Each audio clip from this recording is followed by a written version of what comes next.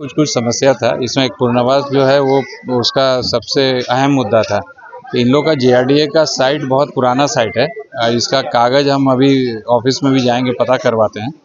ये एक बार शायद CO साहब के पास भी हम लोग यहाँ BCCL उधना एरिया अंतर्गत भूलन बरारी में आउटसोर्सिंग कार्य को शुरू करने का मोदी भीटा ब्रह्मांड बरारी के ग्रामीणों ने कंपनी के अधिकारियों के सामने किया विरोध प्रदर्शन। ग्रामीणों ने झारखंड लोकतांत्रिक क्रांतिकारी मोर्चा JLKM के बैनर तले प्रदर्शन किया। जिला उपाध्यक्ष रामप्रसाद सिंह ने आउटसोर्सिंग कंपनी के प्रबंधन चेतावनी देते हुए कहा कि ग्रामीणों की 1 इंच जमीन पर भी काम शुरू किया गया तो जयराम महतो टाइगर के नेतृत्व में ईंट से ईंट बजा देंगे। उन्होंने कहा कि BCCL प्रबंधन को 364 परिवार के लोगों को संपूर्ण विस्थापन किए बगैर काम नहीं किया जाएगा। वहीं सुरेश चक्रवर्ती ने कहा कि आउटसोर्सिंग कंपनी ने बिना अनुमति के 5000 पेड़ को काट दिया है। पड़ोस में प्रोजेक्ट चलाया जा रहा है जिससे प्रदूषण फैलता है। वहीं ग्रामीणों के घरों में दरार पड़ गई है। जब पड़ोस में प्रोजेक्ट चलेगा तो गरीब का घर गिर जाएगा। उन्होंने कहा कि अब जब भी वार्ता होगी ग्रामीणों एवं उच्च अधिकारियों के बीच गांव में ही होगी। BCCL के महाप्रबंधक निखिल B त्रिवेदी ने कहा कि कंपनी की सूची के अनुसार सभी 296 ग्रामीणों को जोरेडा के तहत मुआवजा दिया जाएगा। मुआवजा के लिए झरिया CO से वार्ता किया जा रहा है। कुछ कुछ समस्या था इसमें। एक पुनर्वास जो है वो उसका सबसे अहम मुद्दा था।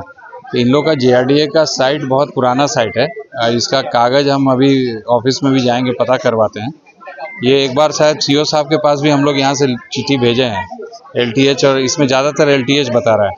तो इसको ही हम लोग फॉलोअप करेंगे। इसके लिए हम इनसे टाइम मांगे हैं क्योंकि मेरा भी पोस्टिंग नया है, हम भी नया है यहाँ पे, तो इनसे थोड़ा टाइम मांगे हैं और उसके बाद इसका सकारात्मक हम लोग आगे बढ़ेंगे। सर, देखा जा रहा है BCCL की तरफ, देखिए कागज़ में क्या है ना कि पुनर्वास में JRDA का बहुत सारा क्राइटेरिया आ गया है। तो मान लीजिए इसका कागज़ कब बना है वो एक बार देखना होगा।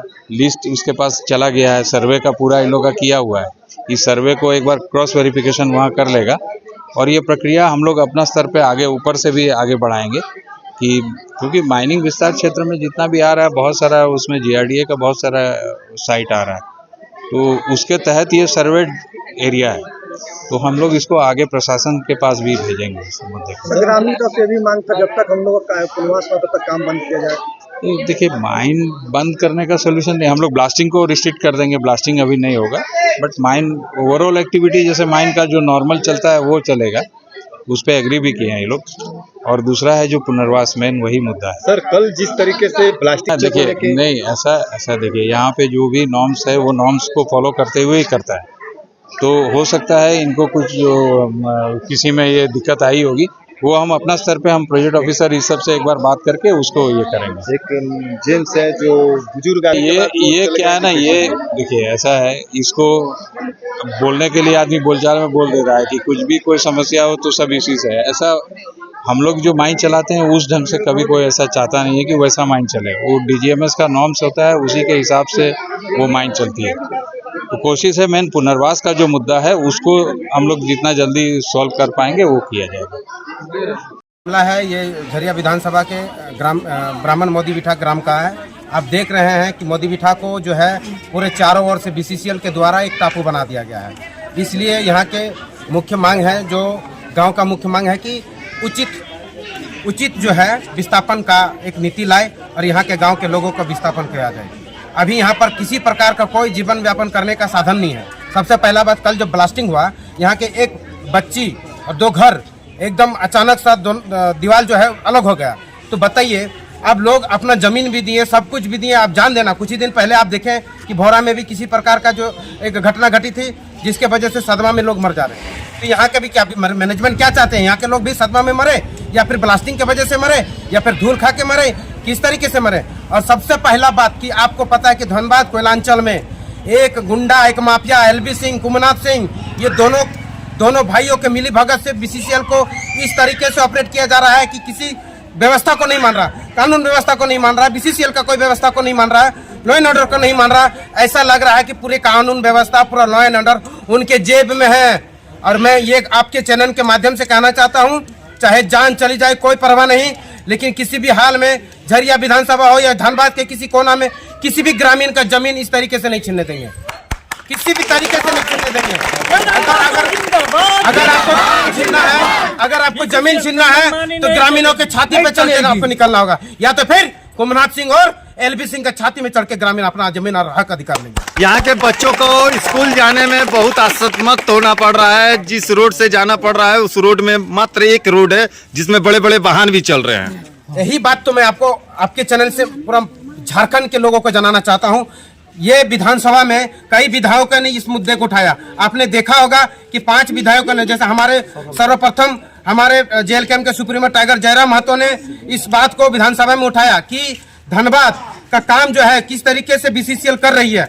आपको मैं बता दूं, ये जो मोदी बिठा गांव है, आप जानते हैं कि 200 से ज्यादा कहीं अगर पॉपुलेशन होता है तो सरकार को उसको रोड और पानी बिजली का सुविधा उनको देना होता है। दुख की बात है कि इस गांव में कोई भी सरकारी रोड नहीं है और कोई भी पिच रोड नहीं है, कोई सीमेंटेड रोड नहीं है।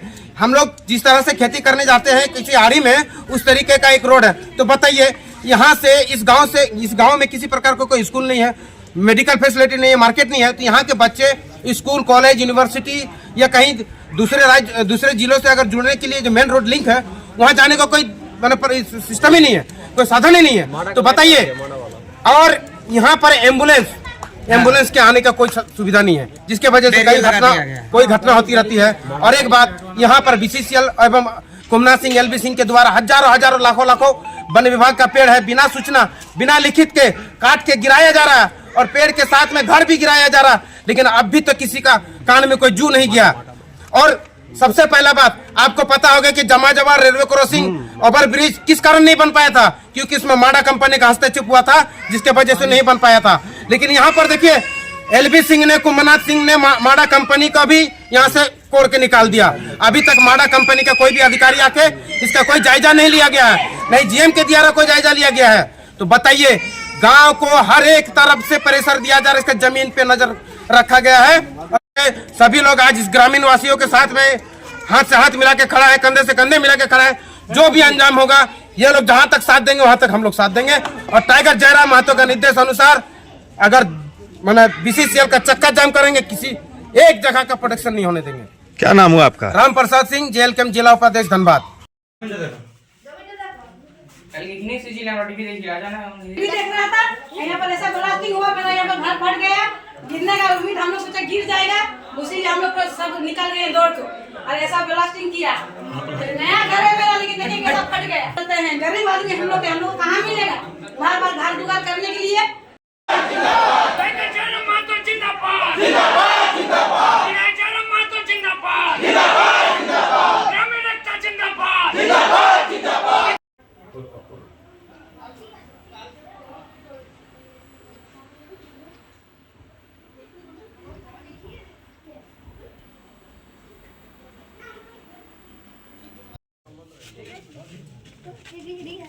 मीटिंग चल रहा है। हाँ